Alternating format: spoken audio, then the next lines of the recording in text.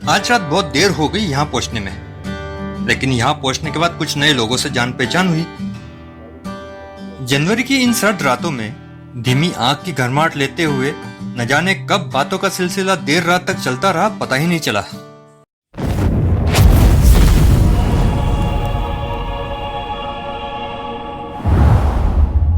Hello दोस्तों, स्वागत है आप सबका मेरे इस मस्त मलंग दुनिया में। ये नई धर्मशाला अंडर कंस्ट्रक्शन होने की वजह से कल रात को कमरा मिलने में बड़ी देर हो गई, लेकिन अंत में एक कमरा मिल ही गया। क्या आप मांगी तुंगी के बारे में जानते हैं?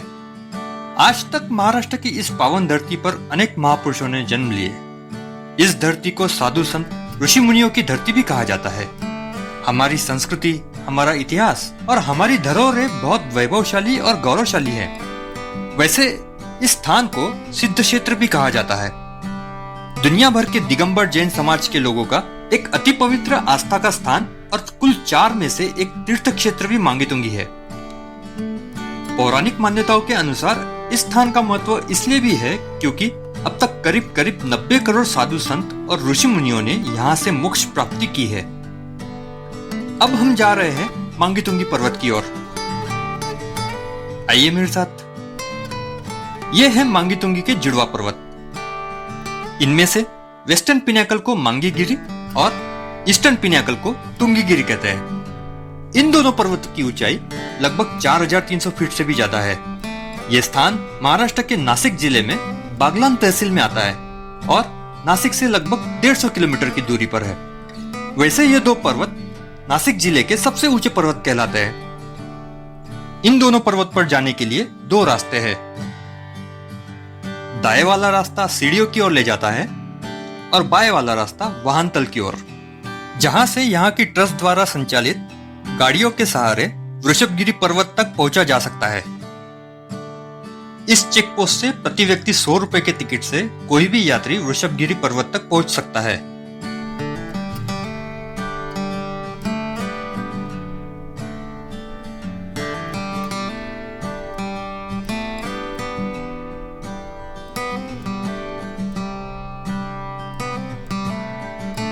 अब हम आ पहुंचे हैं वृषभगिरी पर्वत पर। आइए यहाँ के बारे में और जानकारी सुनते हैं। सिद्ध क्षेत्र पर पूरे दिगंबर जैन समाज को चामुंड राय बना करके और भगवान आदिनाथ की 108 फीट ऊंची प्रतिमा विराजमान कराई। इस प्रतिमा का नाम गिनीज बुक में लिखा गया। जहाँ आप बैठे हैं ये 500 फीट ऊंचा पहाड़ था और 1996 में फिर तब से पहाड़ को काटा गया और काट करके ये पूरी शिला निकाली गई। 20 साल तक इस पहाड़ को काटा गया।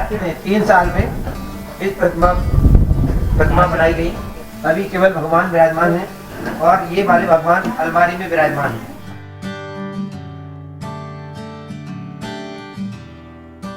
तो आपने सुना, इस 500 फीट ऊंचे पहाड़ के हिस्से को काटने में 20 साल का वक्त लग गया। इसमें से 108 फीट ऊंची अखंड शिला में जैन धर्म के पहले तीर्थंकर भगवान ऋषभदेव जी की प्रतिमा को बनाने में 3 साल का वक्त लगा। और इतना ही नहीं, इस मूर्ति को गिनीज वर्ल्ड ऑफ रिकॉर्ड में विश्व की सबसे ऊंची दिगंबर जैन प्रतिमा के रूप में नामांकित भी किया गया है। इसे स्टैच्यू ऑफ अहिंसा के नाम से भी जाना जाता है। यहां से आगे अब हमें सीढ़ियों के सहारे ऊपर तक जाना होगा।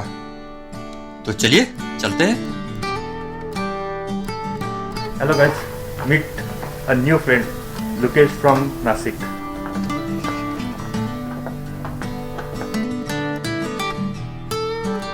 इन दोनों पर्वत की चोटी पर पहुंचने के लिए यहाँ कुल 4500 सीढ़ियां चढ़कर जानी होती है।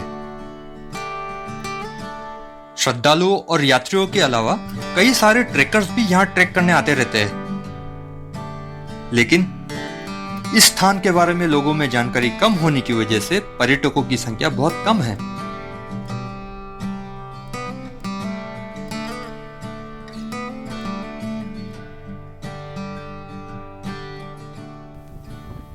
एंजॉय।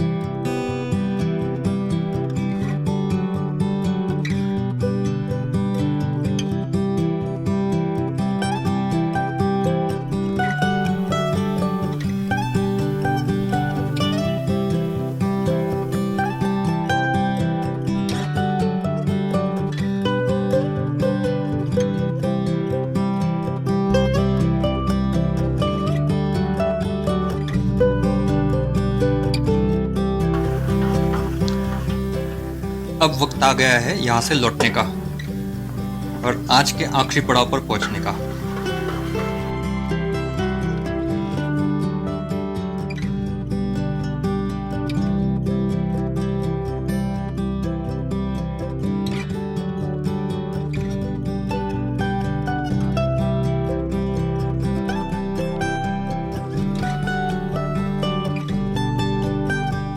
शाम के 5 बज चुके हैं और अब हम निकल पड़े हैं आज के आखिरी पड़ाव की ओर।